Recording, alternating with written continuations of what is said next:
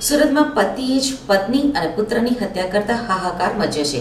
સાથે જ આરોપીએ તેના માતા પિતાને પણ ચપ્પુના ઘા માર્યા છે, જેમને સારવાર હેઠળ ખસેડવામાં આવ્યા છે. સુરત સરથાણા વિસ્તારમાં પતિએ જ પત્ની અને પુત્રની હત્યા કરતા હાહાકાર મચી ગયો છે. સાથે સાથે આરોપીએ તેના માતા પિતાને પણ ચપ્પુના ઘા માર્યા છે, જેમને સારવાર હેઠળ ખસેડવામાં આવ્યા છે.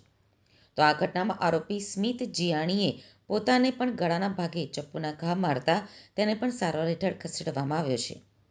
પોલીસે આ મામલે ઘટનાસ્થળે પહોંચી વધુ તપાસ હાથ ધરી છે. લોકોના મગજ કેવા હોય છે અને ક્યારે શું કરી દે છે તેની ખબર જ નથી પડતી. આવી જ એક ઘટના સુરતના સરથાણા વિસ્તારમાં બની છે, જ્યાં પતિએ આવેશમાં આવીને તેની પત્ની અને બાળકની તો હત્યા કરી, પરંતુ તેના માતા પિતાને પણ ચપ્પુના ઘા માર્યા હતા અને ત્યારબાદ તેણે પણ તેના જ ગળાના ભાગે ચપ્પુના ઘા મારી પોતાને પણ ઈજાગ્રસ્ત કર્યો હતો. પરિવારમાં અંદર મન દુઃખ ચાલતું હોવાથી આ ઘટના બની હોવાની પ્રાથમિક માહિતી પોલીસને મળી છે.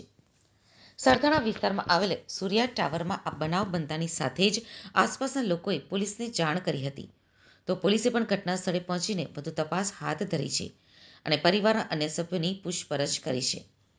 મૃતકોના મૃતદેહને પીએમ માટે હોસ્પિટલ ખસેડાયા છે અને આરોપી અને તેના માતા પિતાના પણ નિવેદન નોંધવામાં આવ્યા છે. આરોપી હથિયાર ક્યાંથી લાવ્યો તે દિશામાં પણ પોલીસે તપાસ હાથ ધરી છે.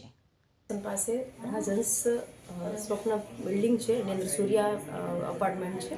એની અંદર સ્મિત લાગુભાઈ જીયાણી નામના શખ્સે એના માતા પિતાને ગળાના ભાગે ઈજા પહોંચાડેલ છે, જેઓ સારવાર હેઠળ છે, અને એની પત્ની અને એનું 4 વર્ષનું બાળક છે એને ગળાના ભાગે ઈજા પહોંચાડીને મોત નિપજાવેલ છે.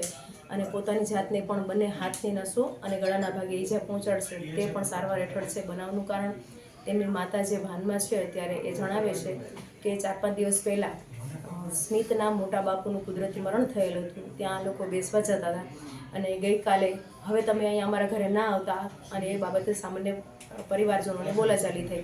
અને હવે સ્મિતને લાગી આવ્યું કે હવે આપણું કોઈ નથી. એમના માતાના કહેવા મુજબ મારતી વખતે પણ હવે આપણું કોઈ નથી, હું એકલો થઈ ગયો, હવે આપણું કોઈ નથી, હું એકલો થઈ ગયો, આવું કહી અને તમામને ઈજા પહોંચાડે છે ને 2 જણને મોત નિપજાવેલ છે. કયા વ્યવસાય સાથે સંકળાયેલો હતો? સ્મિત જે છે ઓનલાઈનનો બિઝનેસ કરે છે એવું માતાએ જણાવેલ છે.